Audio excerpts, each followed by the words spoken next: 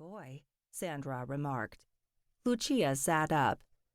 He is, but I'm afraid this threat is going to destroy his confidence again, and he might drop out. That would be such a shame because he has worked so hard to get to this point. Eugenio nodded in agreement. He's been so excited about the spelling bee this year until he received that note, and now he's been acting quiet and withdrawn. We're both very worried about him. So you want to hire us to find out who wrote the note and left it in Rocco's locker? Maya asked. Yes. What if this person decides to step up his efforts, perhaps even stage some kind of physical attack? Lucia asked, shuddering at the prospect. Pull a Tanya Harding, Eugenio added.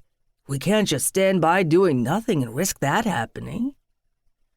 Both Maya and Sandra were keenly aware of the historical reference.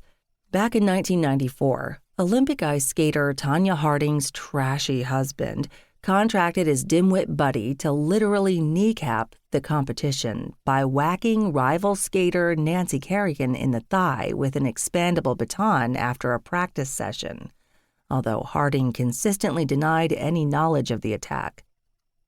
Sandra studied the note. The writing looked as if a 5-year-old child had scribbled it, but she knew an adult would most likely try to disguise his or her handwriting with this kind of obvious chicken scratch. Why don't we bring Rocco in now? Maya said.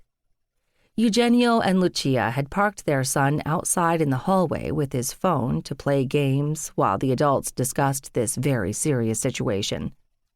Sandra hopped down from the edge of the desk and crossed to the door, opening it. Rocco, would you mind joining us now? An adorable 12-year-old boy with a mop of curly black hair, thick dark glasses, and olive skin similar to his parents, shuffled in, head down as he clutched his phone, staring at the small screen. What are you playing? Sandra asked. Wordle, the boy mumbled. Why don't you have a seat on the couch with your mom and dad? Sandra suggested. Without looking up from his phone, Rocco plopped down on the couch between his mother and father. His fingers tapped the screen at incredible speed. Put that away now, okay, slugger? Eugenio said firmly. The boy ignored him. Finally, Eugenio reached over and plucked the phone out of his son's hand, pocketing it. Rocco was left with no choice but to finally acknowledge Maya and Sandra. We hear you are a pretty impressive speller, Maya said. Rocco shrugged. I'm okay. You must be better than okay. You've been slaying the competition, Sandra chirped. He shrugged again. Just in the practice sessions. It'll just get harder at county and then the state contest, if I even make it that far.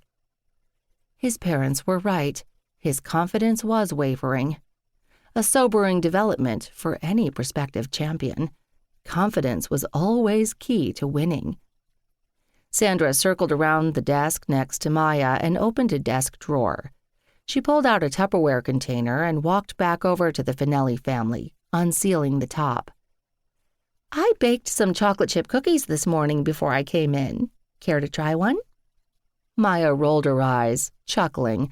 Of course, Sandra was up at the crack of dawn baking cookies, while Maya kept slapping the palm of her hand down on the snooze button of her old-fashioned alarm clock, while still buried underneath her heavy goose-down comforter.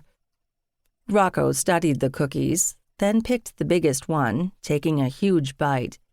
Sandra then offered one to Eugenio and Lucia, who both politely declined. Rocco chomped loud enough that his mother gently squeezed his arm and whispered in his ear, Don't chew so loud. It's not polite.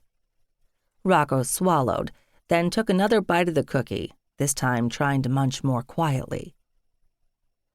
Rocco, your parents tell us someone left a note in your locker at school, Maya said. Do you have any idea who that person might have been? The boy stopped chewing as if he was trying to figure out the best way to respond. Then he abruptly shook his head. Nope. He let out a deep, heartfelt sigh, his shoulders slumping. But it was no